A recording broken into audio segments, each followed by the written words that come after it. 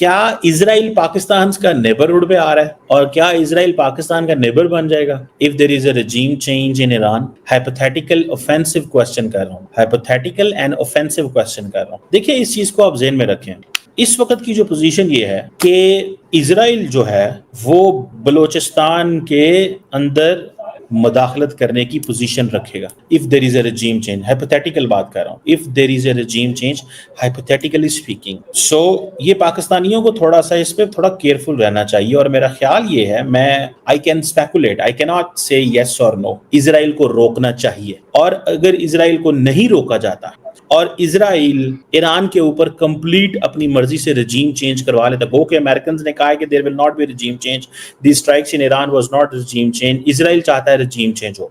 देखिए बीबी नेतन्याहू की दो बड़ी ख्वाहिशात थी, एक तो इजराइल के ईरान के न्यूक्लियर प्रोग्राम पे हमला हो, अमेरिका ने वो कर दिया। ईरान के न्यूक्लियर प्रोग्राम पे हमला हो और अमेरिका ने वो कर दिया और बीबी नेतन्याहू खुश है इस चीज के ऊपर कि थैंक यू आपने ये हमला कर दिया है। कल आपने देखा होगा कि पूरे के पूरे जो वहां पे हो रहा था इजराइल के अंदर, तल अवीव के अंदर डिजिटल बोर्ड्स वगैरह लगे हुए थे। लेकिन ये अब सवाल हमें बनता है कि अगर वहां पे रजीम चेंज हो गया तो इजराइल बलोचिस्तान में बहुत कुछ कर सकेगा। बलोचिस्तान जो है that will not B a safe place, Balochistan will not be safe place. ये इस चीज को थोड़ा रियलाइज करें, बलोचिस्तान जो है ना वो एक पुरअमन जगह मजीद नहीं रहेगी। ये पाकिस्तानियों को इसकी फिक्र होनी चाहिए, क्योंकि इजराइल तो आपके नेबरहुड में बैठ जाएगा, रजीम चेंज हो जाएगा, प्रो इजराइल अगर गवर्नमेंट आ जाती है, वहां पे कुछ ऐसे लोग आ जाते हैं जो इस वक्त मौजूदा एंटी सिस्टम के खिलाफ हैं, इसके वो अगर खिलाफ हैं तो ये चीजों को थोड़ा समझने की जरूरत है।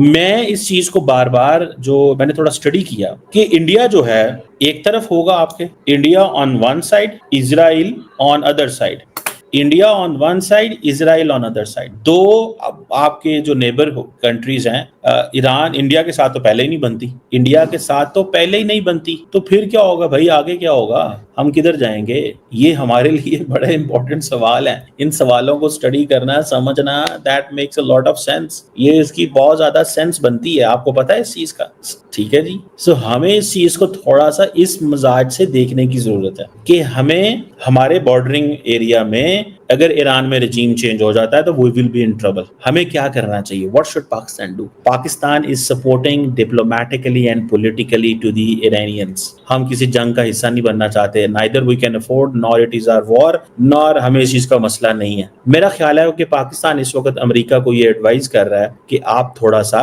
मामलात को इंगेज करें, ठीक है, आप थोड़ा सा डिप्लोमेटिक सोल्यूशन की तरफ जाएं। और आपने अगर रजीम चेंज किया तो पॉसिबिलिटी है कि it will be another Syria, it will be another Iraq, it will be another Libya, it will be another Yemen may be. So be careful. मेरा ख्याल है कि पाकिस्तान इस हवाले से बता रहा है, तो इस चीज को ये देखें। इंडिया को तो कोई फर्क नहीं पड़ता, इंडिया को तो देखें अगर अब pro Israel regime is in Iran if this war continues. अब देखें ना, ईरानी जो फॉरेन मिनिस्टर है, ही इज इन मॉस्को, ईरानी foreign minister is in Moscow. याद रखें, टू टेक एन एडवाइस कि क्या करें। जो डोनाल्ड ट्रंप ने उनके लिए पंडोरा बॉक्स खोल दिया है कि अगर अटैक नहीं करते तो क्रेडिबिलिटी खत्म हो जाती है, अटैक करते हैं तो कंप्लीट एनिहिलेशन हो जाएगी, तबाही बर्बादी होगी, वहां तबाही व बर्बादी के चांसेस ज्यादा हैं। हमारे वो दोस्त जो इन चीजों को थोड़ा समझते हैं, they must understand these realities कि अगर if it continues this way, ये चीजें ऐसे ही चलती रही तो हमारी तो वो जिसे कहते हैं ना धड़न तख्ता हो जाएगा। मैं सच्ची बात बता रहा हूँ आप। सो हमें बहुत केयरफुली अपने कार्ड्स खेलने हैं। Middle East, we are basically the immediate neighbours of the Middle East. So जो इस वक्त पाकिस्तान की वो जो है ना पोजीशन है, वो जो पाकिस्तान की पोजीशन है इस वक्त, वो पोजीशन बड़ी क्लियर है कि हमें मिडल ईस्टर्न ममालिक के साथ मिलके एक सॉफ्ट सपोर्ट अमेरिका को देनी चाहिए और अमेरिका के साथ राब्ते में रहना चाहिए, ना कि हम इन चीज़ों में पड़ जाएं और हम इसको इस्लामिक कार्ड खेलें और ये कार्ड वो खोलें। ये इस्लामिक कार्ड हमें सूट नहीं करता। जिन लोगों को नहीं पता मैं उनको थोड़ा सा बता दूं। कई लोग होते हैं हमारे जज्बाती लोग हैं ना, ट्रस्ट मी, हमारे लोग बड़े जज्बाती हैं, वतन से मोहब्बत करते हैं, प्यार करते हैं, ये नहीं है कि कोई ऐसी बात है, लेकिन फिर भी जज्बाती हो जाते हैं और वो समझते हैं कि नहीं यार, हमने तो जो बस वो जिसे कहते हैं ना, हर लिहाज में हमें स्टैंड लेना है और करना है और इस तरह की चीजें। सो मुझे जब मैं इसको देखता हूँ तो मैं दैट्स व्हाट आई से, रजीम चेंज के लिए आपको बहुत ज्यादा खून खराबा करना होगा। इजराइल खून खराबा करने के लिए तैयार है, उसकी वजह ये है एक इजराइल का यार फौजी नहीं मरा अभी तक। ईरानियंस के तो उन्होंने टॉप जनरल 5 मिनटों में फायर कर दिए, उन्होंने जनरल्स 5 मिनटों में पहले फायर कर दिए। आगे आप खुद अंदाजा लगा लें मैंने आपको क्या बताना है और क्या नहीं बताना। दोस्तों, मिडिल ईस्ट में चल रहे तनाव के बीच, खासकर इजराइल और ईरान के बीच जो संघर्ष बढ़ता जा रहा है, उससे पाकिस्तानियों की नींद उड़ गई है। पाकिस्तानियों के मन में ये सवाल उठ रहा है कि क्या इजराइल ईरान को कमजोर करके पाकिस्तान का नया पड़ोसी बन सकता है। इसी चीज पर थोड़ा हम बात करते हैं। जैसा कि आप जानते हैं कि पिछले कुछ हफ्तों में इजराइल और ईरान के बीच जंग जैसे हालात हैं। 13 जून 2025 से शुरू हुए इजरायली हमलों में ईरान के परमाणु ठिकानों, मिसाइल डिपो और सैन्य अड्डों को निशाना बनाया गया। ईरान ने भी जवाबी कार्यवाही में सैकड़ों मिसाइलें और ड्रोन इजरायल पर दागे, जिसमें दोनों तरफ जान माल का भारी नुकसान हुआ।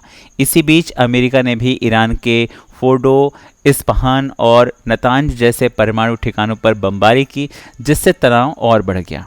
इस संघर्ष का असर पाकिस्तान पर भी पड़ रहा है। पाकिस्तान ने 15 जून 2025 को ईरान के साथ अपनी 959 किलोमीटर लंबी सीमा को अनिश्चित काल के लिए बंद कर दिया। ताफ्तान बॉर्डर, जो ईंधन, खाद्य सामग्री और रोजमर्रा के सामान के व्यापार का मुख्य रास्ता था, अब पूरी तरह से ठप है।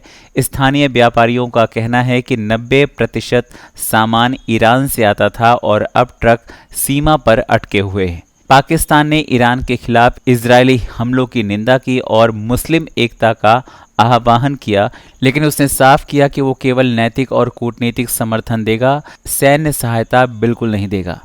लेकिन सवाल ये है कि क्या इजराइल ईरान को पूरी तरह कमज़ोर करके उसकी ज़मीन पर कब्जा कर सकता है और पाकिस्तान का पड़ोसी बन सकता है।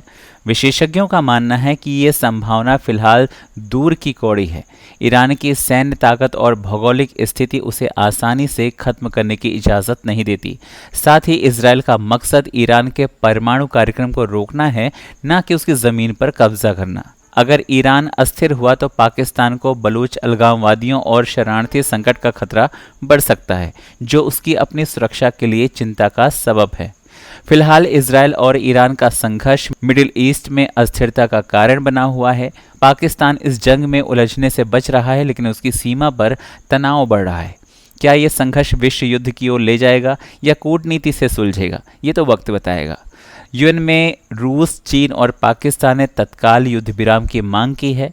आप क्या सोचते हैं? क्या इजराइल और ईरान का ये टकराव पाकिस्तान के लिए नई चुनौतियां लाएगा? अपनी राय कमेंट में ज़रूर बताएं। और जिस तरह से चीमा साहब कह रहे हैं कि भाई अगर इजराइल ईरान को ख़त्म कर देता है तो वो उसका पड़ोसी बन जाएगा, क्या ये हो सकता है, मुमकिन है? अपने जवाब कमेंट सेक्शन में ज़रूर